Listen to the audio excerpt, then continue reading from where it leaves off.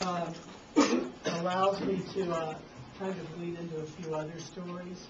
And one was at World Championships this past summer. I was fortunate enough to spend time with the national team.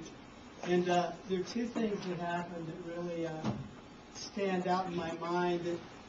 When I'm doing that, when I'm spending time with the national team, I often find myself looking at them and saying, is there this common bond and this level of athlete that I can identify and somehow share with a younger athlete when I'm working with them? And I do believe that, a lot of it's individual, but I do see some common threads that run through these athletes that help me share experiences with other athletes and maybe allow them to look at what they're doing in a little different manner.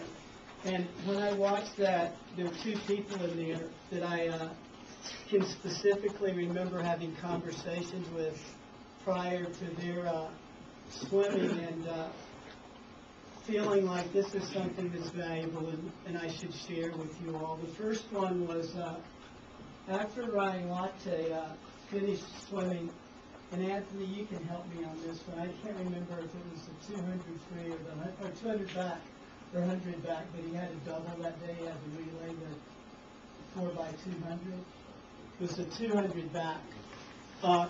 And I was asked to go with Anthony to drug testing. I'm sorry, I was asked to go with Ryan to drug testing.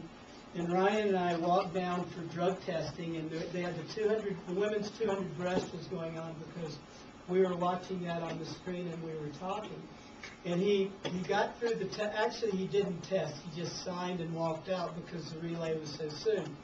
And we're walking back, and he goes, Jack, I'm absolutely exhausted. He goes, my legs are killing me. And I'm thinking, oh, boy, something relay. We've got to do something here.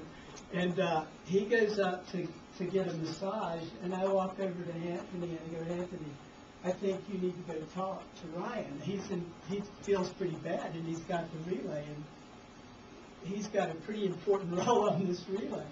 And Anthony goes over, and I see Anthony about this close to Ryan's face, and he's talking to him, and they spend about 30 seconds to a minute talking, and then Anthony comes over to me and he goes, hey, Jack, don't worry, Anthony. Ryan's fine. And sure enough, Ryan swam an unbelievable leg on that relay, and they won the gold medal. And I think that, what clicked in my mind there was how mental swimming is. Regardless of how tired you think you are, and you probably are, if the cause for what you're doing is more important to you mentally than how you feel physically, you can rise above how you feel physically. I mean, we see it time and time again in stories that we read about and hear about in things other than sports. But I think in particular with sports, it's so important to realize that and remember that. And, that's a tribute to Ryan's character.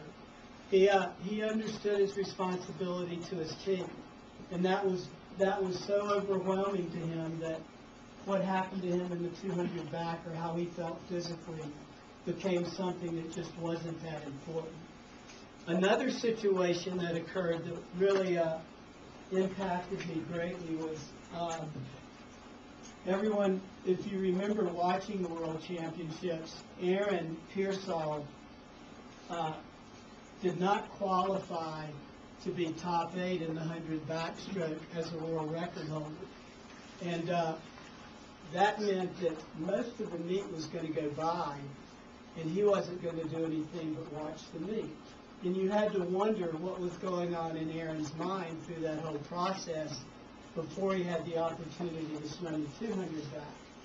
And Aaron and I were walking down the night of the 200 back to do some pace, and we spent a little time doing pace, and then we got out of the water on the far end of the pool, not the pool, the arena that it was in. I think it was seating 16,000, maybe 18,000. It was sort of horseshoe shaped. And Aaron and I were on the opposite end where you could look at the whole crowd coming in. And by that time, it was almost completely filled for the finals. And we're walking back, and I'm looking at Aaron just wondering, how nervous is this guy? And Aaron looks at me, and he grabs me by the arm, and he goes, "Hey, Jack, sit down a minute." And we sit down, and Aaron crosses his legs. He puts his hands behind his head, and he goes, "Take this in." I look at him, I'm just thinking, what's he talking about? He goes, "Look at this. Look how beautiful it is out here. Look at these people." He goes, "We may never experience this again together. Let's enjoy this." And for about 2 minutes or 3 minutes, we just sat there, and Aaron just had this huge smile on his face. And he goes, "Okay, I'm ready." And we walk up, and I don't know, half an hour later, he sets the world record and 2 minutes back. And that taught me something else that I think we sometimes so easily forget as athletes when we get to the most important competition of our entire season, in some cases our entire career. Why can't that be the easiest race of your life?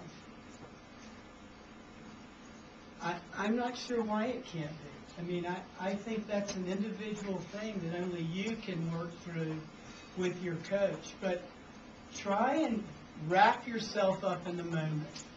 Try and feel the energy around you.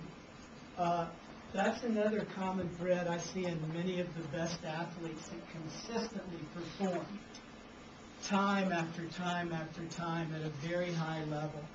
They keep everything in the right perspective. I've seen Aaron so nervous that you don't know how he's going to react, but every time he reacts the same way. He puts himself in the moment, kind of absorbs the energy of the meet itself, and allows that to help him propel himself to a level that very few athletes reach. Okay, Russell, we'll show the next slide.